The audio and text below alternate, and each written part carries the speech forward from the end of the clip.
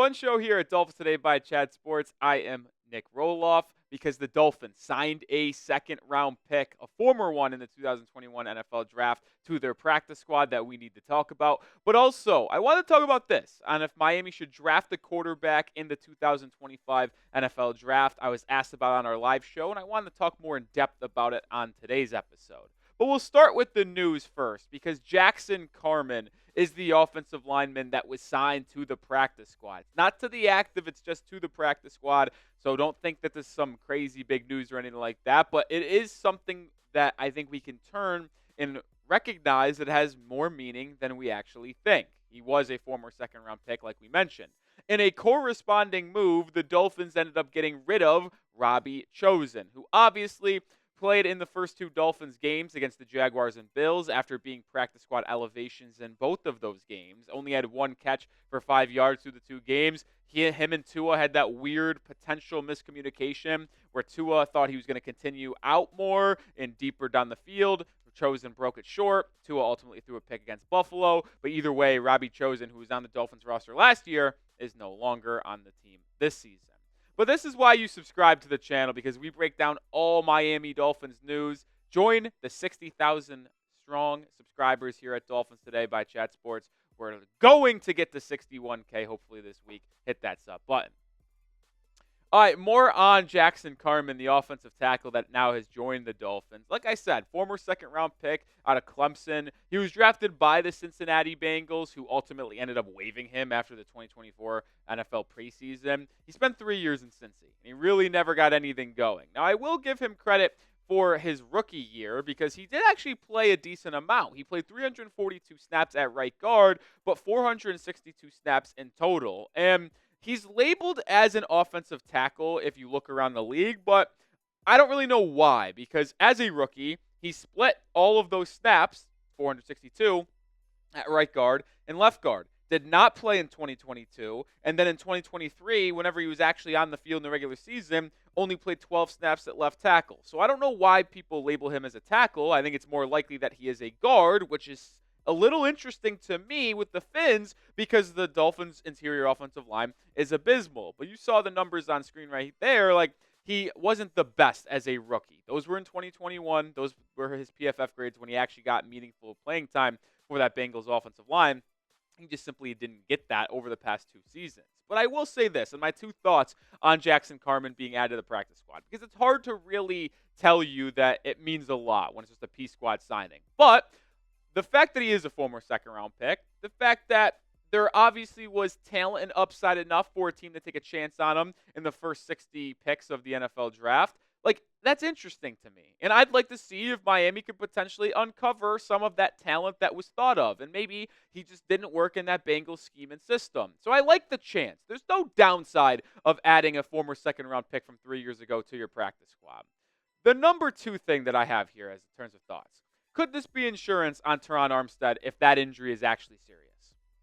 It's possible. Armstead is currently day-to-day with a shoulder injury, and maybe he ends up missing time. And if he ends up missing time, maybe they activate and elevate Jackson Carman to the active roster to just be a depth piece in case one of Patrick Paul or Kendall Lamb, who would likely be the starting left tackle if Armstead misses times, can't go. But also with how much Robert Jones struggled against the Buffalo Bills in Week 2, maybe they are saying, well, Carman played guard in the past. Maybe he could be someone that gets elevated on game day if we don't feel confident about Jones or Lester Cotton. This offensive line is the worst part about the roster, so I'm all for adding more people to the practice squad, to the active roster, because it's going to be hard for it to get worse than it has been over the first 2 weeks.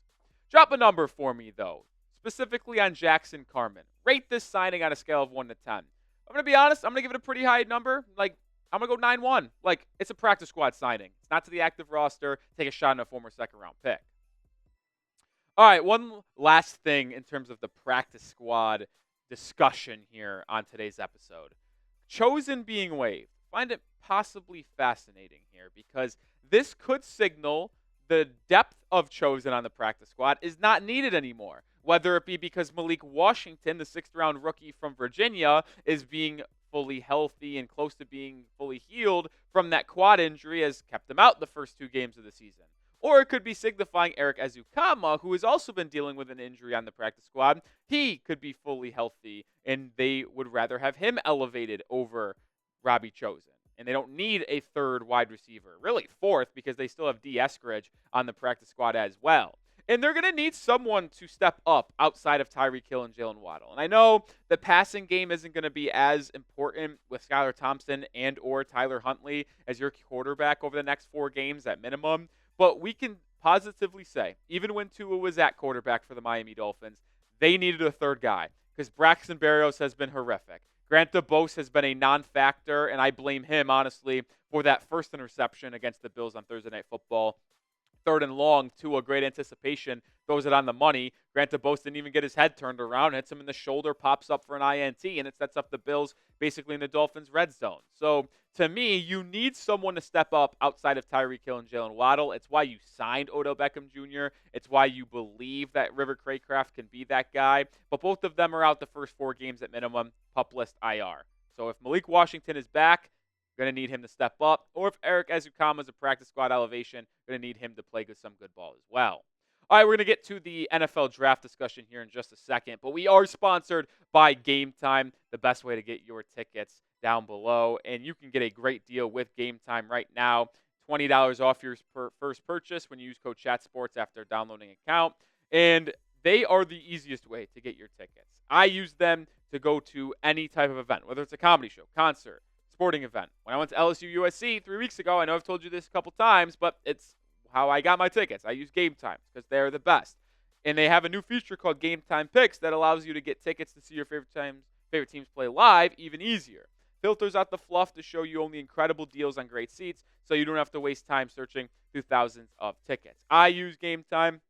Producer Cullen Brown uses Game Time. The entire team here at Chat Sports uses Game Time because we all know they will do their best to get you the lowest price guaranteed. And if you're a procrastinator, they also specialize in last-minute tickets. When those tickets go down in price, that's where Game Time gets you the best deal right before your event.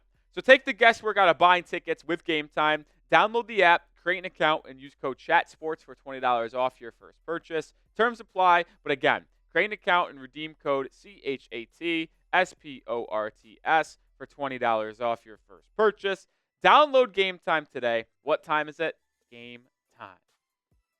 All right, let's transition into the quarterback talk because a lot of people in our live chat on Tuesday afternoon, which, by the way, if you haven't already, hit that sub button. Join us for our Tuesday live shows. But could Miami draft a quarterback? And I got to be honest, I do think they should in some capacity because with Tua Tagovailoa's history, and although next season will be the first year of Tua's 4-year, $212.4 million extension. He's playing this year on the 5th year. Next year is when that extension kicks in.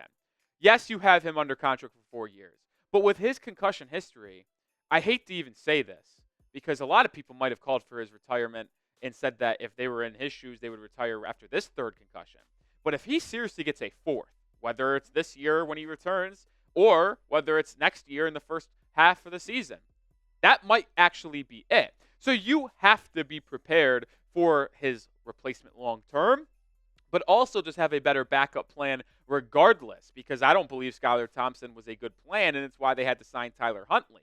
If they had a better backup quarterback, say like a Jameis Winston out there or Mac Jones, you might not have had to feel like you need to go add another QB. You just elevate your practice squad quarterback, and then you have your true backup become the starter. So the idea of drafting one is intriguing because the quarterbacks in this year's class are something else. These are probably the top 10. Now, I combined my top 10 quarterbacks in the draft with some other big boards, but Carson Beck, Quinn Ewers, Shedeur Sanders, Cam Ward, and Jalen Milroe are your top 5 quarterbacks in this draft, without a doubt, in my opinion. I actually am a big fan of Jalen Milroe personally. Don't know if he would fit this offense. But then the other 5 quarterbacks could be a Miller Moss, Riley Leonard, Garrett Nussmeier, Jackson Dart, Drew Aller.